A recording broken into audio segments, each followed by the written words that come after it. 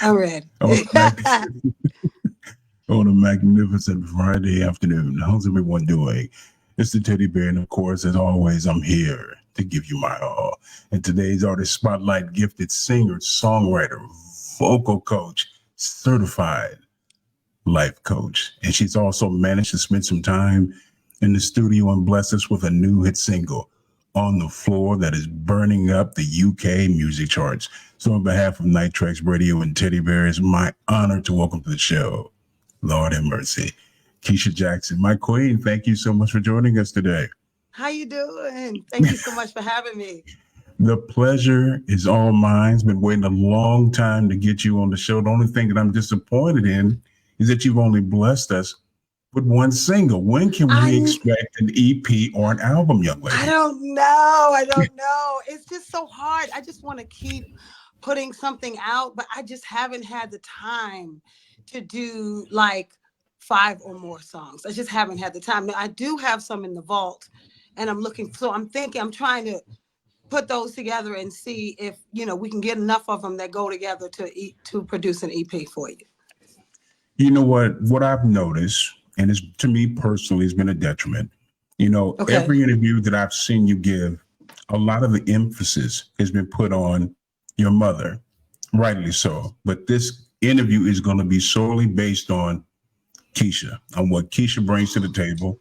I love that. About your time in the music industry, close to almost 30 years, being a lead vocalist, backing vocalist. You have run the gauntlet, and I wanted you to give the listeners a little bit more insight or behind the curtain on what is it like for an artist like yourself to initially get signed to a major label and now being an independent artist, having complete creative control and destiny over your own career. So it's interesting because my mother is definitely a part of the scenario. I started singing background with mom and went to school. She didn't really support it. She didn't want me to have a hard time in the business like she did. So, when I moved to Atlanta following her and my brother, I moved to Atlanta in my junior year of college. And I was just basically doing studio work around, people called me and said, hey, can you demo this, demo that? And that's kind of where the career really started. Of course, I was singing way longer before that. But after college, I moved to Atlanta and the singing started then. And just by happenstance, I also believe that there is no mistakes, no mistakes ever made. Things just happen the way they're supposed to happen. But one of the demos that I created for someone else, it was a song that was being submitted for Diana Ross. It was called Hot Little Love Affair, and it was under CBS Associated, which turned into Sony Music. And I did that, and when they heard the song and then found out who mom was, they were like, she's got a deal if she wants it. So I wasn't searching. I said all this to say, I wasn't searching for a deal. But maintaining that deal, maintaining just your musical relevance, you know what I'm saying? Relevance, excuse me, I'm sorry. It's a journey, simply because as a woman in the industry, without a manager, very much like my mother, which I didn't do this intentionally. It's just crazy how our lives have shadowed each other. But it causes you, it forces you to get on top of your business, stay on top of your business. And as the world started to change and we moved from albums, cassettes, CDs, and then streaming like Napster, and then now into where we are now, it's just always been a learning curve. And if you want to stay in the game, you just gotta figure it out. You gotta figure it out. And most people over 40 are not really enthusiastic about learning the new, right. So it's just kind of technology is serious business. But if you learn as it's developing, then it's a smaller curve. You know what I mean? So Yeah, I had my deal with Sony. It was a bad deal. It was, I signed it, didn't really get it looked at. Me and mom weren't getting along well, so I didn't have her look at it. But it was a learning experience. And I try to take every single situation, every experience, and turn it into a learning experience. I didn't suffer from it. You know, I was signed to a major label for 2 albums, and I learned from it, and I pulled from it what I could in order to continue on, continue to survive, not get blackballed, and just learn as much as I could. Without question, I find it very interesting where you say basically, I look at it, you and your mother have very strong personalities, very strong. So to me, it would be, I think that would be common to both of you, kind of butt heads with one another. But at the end of the day, it's about love. And I know she wants nothing but the best for you. You're an exceptional vocalist. And I always tell people there's a big difference between being a vocalist and being a singer. We have a lot of singers, very few vocalists. And also I want to touch upon you being a life coach, a certified life coach. What are some of the things that you have taken from that, being a life coach, that you've had the opportunity to implement in your life? Wow. Well, I became a life coach because from being a vocal coach. And basically, I realized very quickly that my clients were dealing with blocks with being able to express themselves.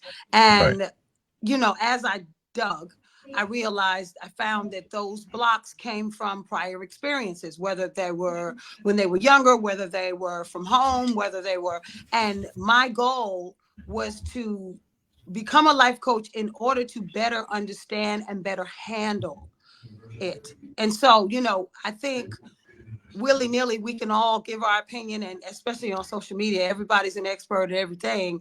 But I wanted to make sure I handled my clients, with care. And in becoming a life coach, it's also helped me, ironically, because that's not the reason why I did it. It's helped me because I think as just people, not just people in the music industry, but just as people in general, we have to figure out where to put things and where to put it and how to deal with it and how not to personalize things and how to get up when you fall down. Those things are really important. And so that's the reason why I became a life coach. So that's helped me because that's a life lesson, basically. But a lot of people don't know how to navigate that. It's easier said than done.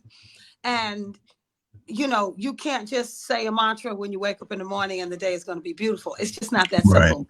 There's work involved. And if you're willing to do the work on yourself, you will be successful without question. I know you had an opportunity to speak and converse with a lot of young upcoming artists that are remotely thinking about getting involved in this business we call music, and explaining to them music is even involved. And I see a lot of young artists who are not mentally nor emotionally prepared for this. You have done this. You have grinded on this. You have stood on your own 2 feet, as you said, not having a manager. You have controlled your own destiny. And I wanted to ask you, how important is it to own your masters, to own the copyrights of all your music? It's very important to own your masters. It's not always possible. If you look at Meg Thee Stallion and the deal that she just signed, like she's the first female rap artist, maybe female artist, to own their masters this early out the gate. Like she's got all of her, but it's a lot. It's a lot, and it's not. It could be a goal, but I do want people to know that it's not always realistic. It's not always attainable to be able to own your masters, because with that means that you are doing all the work. It is definitely what you should shoot for. It's definitely the thing that you should shoot for, but you should never misunderstand that to mean that you don't have to do the work because you own your masters. Everything comes through you. The fact that everything comes through you means it's overwhelming. So if you have a catalog, for example, it can be overwhelming, but you have to have people in place that know how to handle those things. And then it's absolute blessing. Otherwise, it could be a nightmare and you lose it. You're not getting mechanical royalties like you're supposed to. You have to keep up with release dates on each project that you put out, to know when they expire and when it's time to, when certain masters, if they're not yours, when certain masters are going to revert back to you, the artist. It's just a lot. So owning your masters is a huge deal. It keeps all the money in place, but you got to have people that understand publishing on your team that completely understand publishing. You have to know it so that you know that when your people who may at some point no longer be your people and they decide to skim here and skim there, you got to know how to handle your business. So it is important because, and I hate the word masters because of where it came from. Right. You know what I mean? But that's what it's called. So that's what we're calling it today. But yes, it is absolutely important because it is your intellectual property, meaning it is if you wrote it, you did the music, it all belongs to you. Someone else doesn't get a cut because they're the middleman helping you distribute, or the middleman who happens to be the record label that have to get theirs off the top. So now they have 360 deals, which I'm not a fan of. But it really, I'm not a fan of them at all. But it really depends upon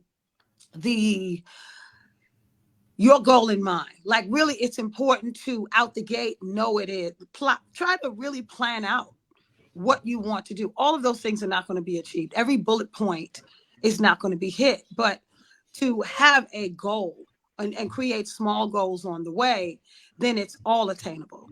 Because it's a lot. It's a lot. Without question. I want to touch on something that's very important, and I've heard you mention this on several occasions. Okay. Loyalty and having a strong circle around you. And it's very hard to find that kind of loyalty in this business that you just touched upon.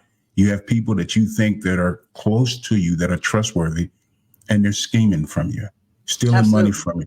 I think virtually, I would go as far as anywhere between 75 to 80% of artists have had to go through that type of experience. How important is it to have people that you truly, truly trust around you? Not just caring about Keisha Jackson, the artist, but Keisha Jackson, the human being, the person. It's very important. But I will say this. It's absolutely the most important thing to have people who are trustworthy around you. And that's a difference. There's a difference between people that you trust and people that are actually trustworthy. Absolutely. You feel what I'm saying? Because we trust family, we trust friends, just really without even having to prove yourself. We bring family into our business because they're family. And that's what we want them. We want them close to us. But everyone is not worthy. Everyone is worthy. Like, people who are excellent at what they do. If you are excellent at social media, I don't have to micromanage you. I don't have to do any of that. However, it's necessary that the artists learn as much about every facet of the business, especially their business, in order to know when that friend, that coworker, that comrade, that person that you've trusted for 20 years is no longer that person. Because sometimes people get bit by the bug and, someone offers them a little something. If you can get me this, and I'll get you that. And then it just, it starts with little things. And, I don't want to taint people's view of the music industry, but I think it's unfortunate that too often, as you said, people don't look deep enough. They're not suspicious enough. They don't kind of watch their own back. And they assume that because this is my friend, oh, I'm good. You know what I'm saying? I learned that directly from my mother. Like, my mother had an accountant, but she also went through everything that he did before the taxes were sent out. She knew her own book. She had a copy. He had a copy. She would occasionally grab his copy and make sure that everything lined up with her copy. She is an immaculate bookkeeper, always has been.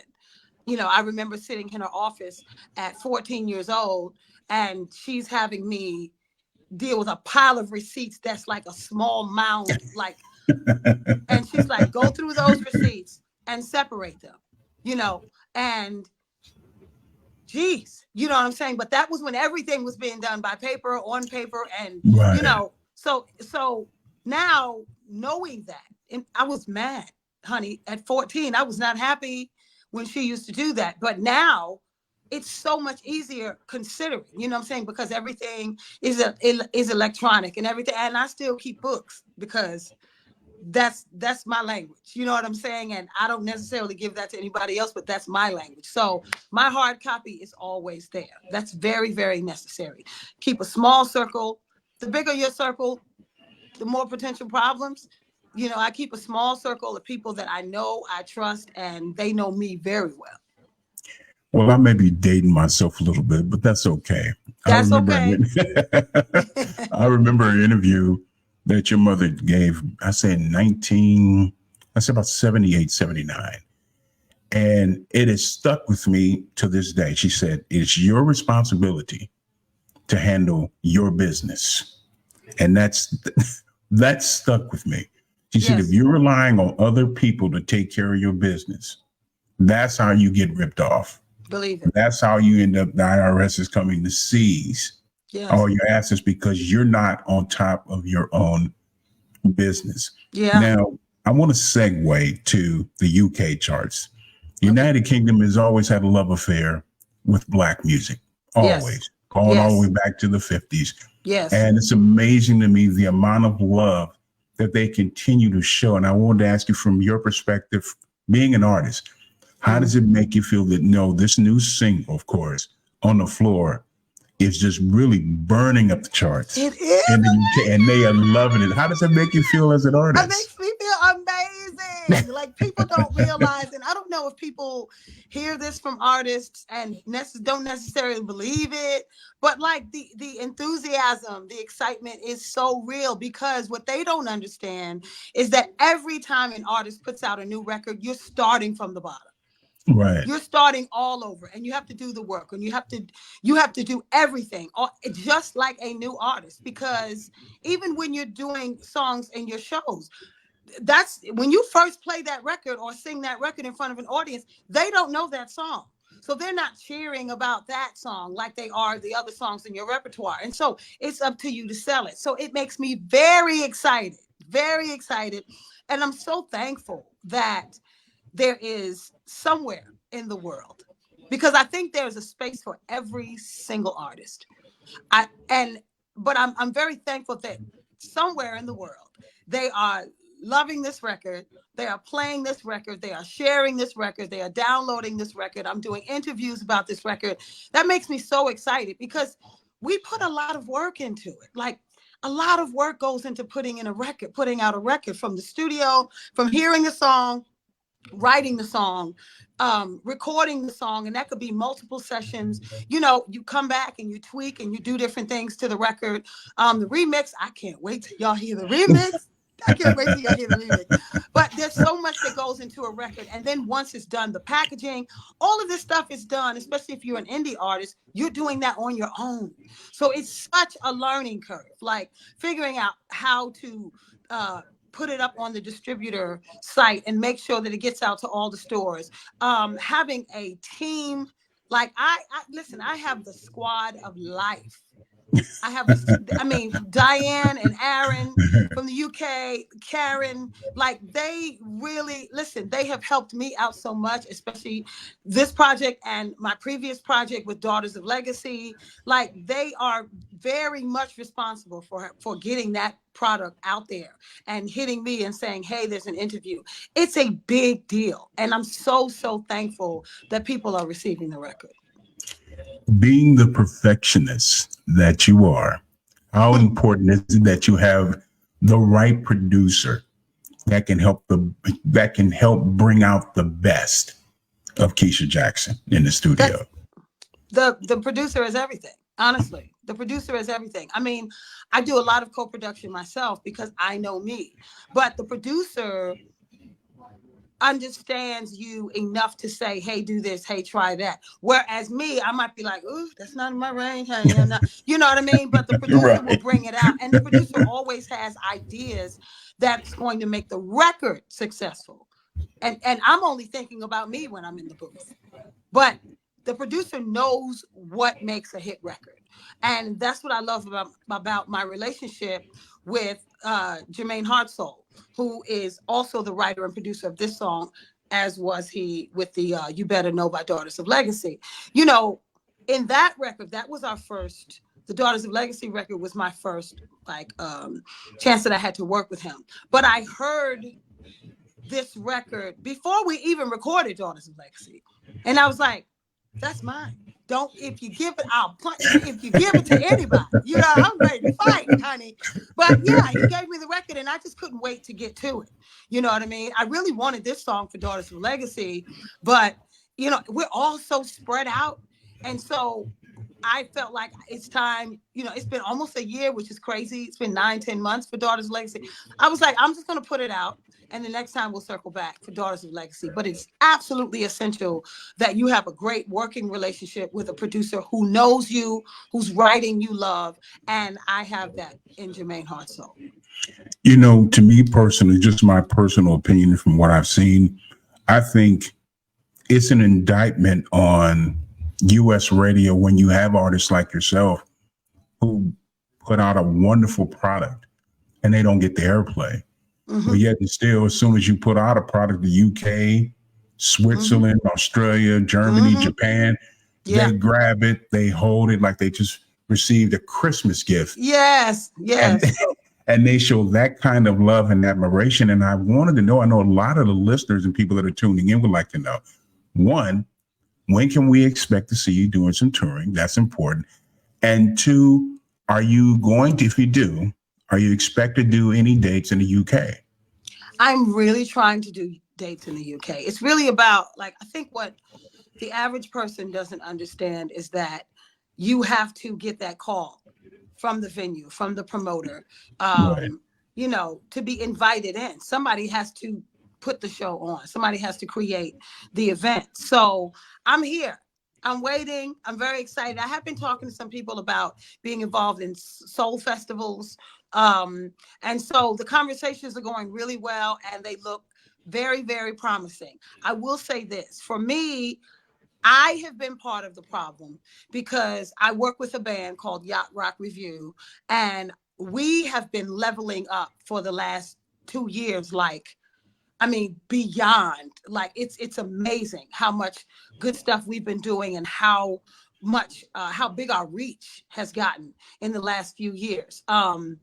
And we just went on tour with Kenny Loggins, invited us to open for him for his final This Is It tour. And this summer we're going on tour with Train and REO Speedwagon. So I'm a lover of, in case you didn't notice, I'm a lover of 80s soft rock and, you know, all the Hall & Oates and Doobie Brothers, Michael McDonald and all that stuff. That's my jam, the journeys and all that stuff. And I grew up with that music. So this was such an easy fit for me. I was very excited when the guys asked me to come on board, and we've been growing. And so I say all of that to say that I've been part of the problem with being able to get myself booked on some of the soul festivals, for example, because prime time for them is also prime touring time over here. So I'm trying to figure it out. If I can get over at least by the holidays and do some shows, you know, October, November, December, I would love that because I feel like that would open up the doors for 2025. But we're still at the beginning of 2024, so I'm not going to count them out. All right. You heard it here first, people. Yes. And family, remember the new hit single, of course, On the Floor is available as we speak, of course, on iTunes, Apple, Spotify. If you're feeling a little bit more adventurous, you can always head over to Amazon.com. And to get all the latest updates, be sure you stop by Keisha's official website. That's at KeishaJackson.com. And also you can find her and also support her on Instagram and also Facebook. I got to ask, when are you going to put out a book about your life? I need to put, listen, it's in the docket. It's in the docket. I swear to you, it's in the docket, but I feel like it's collecting. You got to blow the dust off of it a little bit, but it's definitely on the wish list. It's definitely something that I want to do. I've actually already started gathering the materials and the information and the memories and the diaries and all those things, because I kept a diary from a child all the way through my 30s, a journal that I wrote. And it's really funny just to see your own growth. If I go back to like my middle school, it's like, what? Who is that boy? Like, I ain't heard from him. I barely even remembered his name. And then, you know, and so yes, it's in the queue to happen. But it's all about timing. It's all about opportunities, just like the touring situation, even if it's just spot dates. If you know somebody, if you know someone who wants Keisha Jackson in the UK or Daughters of Legacy in the UK, hit me up. I'm the one to go through for both of them. Hit me directly through the website or anything, because I really want to get over there and I really want to do more work and just say thank you to the people that have supported my projects. I really, really do. I appreciate it so much. Well, my love, you are very super talented without question. And again, it was an honor to have you on the show. Again, family, remember, get the new hit single On the Floor, available as we speak. It's and I'm going to tell you, yes, it is. Yes, Lord. People are intimidated by strong women, and you are definitely strong. And that's one of the things I find so refreshing about you, because you have stood on it. You stand on what you believe. You mean what you say, and you say what you mean. And I got to ask before I let you go, if you can get in Doctor Who's time machine and go back, let's say about 15 years, and you had an opportunity to have a conversation 15 years ago with Keisha, what would be some of the things that you would talk to her about to get her prepared for this journey? Focus. Like, ignore the naysayers, because there are many. There are many at all times. Like, it's never stopped. And you just got to know how to shut out the noise. It's not easy, but focus on you. I'm a giver. So I tend to give my energy to people when they need it. You know, hey, Keisha, can I talk to you? I've always been that person too, which is also the reason why I was drawn to become a life coach. But you have to coach yourself. You know what I mean? You gotta, you gotta, if you believe in yourself, you gotta stick to your own, you know, stay in your box, do the work. Sometimes it's very, very hard. Well, it's hard for everybody at points. Do the work and you will be good. You will be good. And that's what I would tell Keisha 15, 20 years ago. And honestly, you're going to age pretty well. So don't worry about that part, girl. That's what I'm going to say to her. Well, hey, I used to have hair. Now I'm looking like a chocolate icy cage, my love. So I'm all right with that. Listen, that's all right. Ain't nothing wrong with that. Never. My queen, it was an honor. And please give my humble regards to your lovely and talented mother, please. I will. All right. And she makes an appearance on my remix, just so you know. Oh, well, when you get it, send it to us, please. Yes, I will.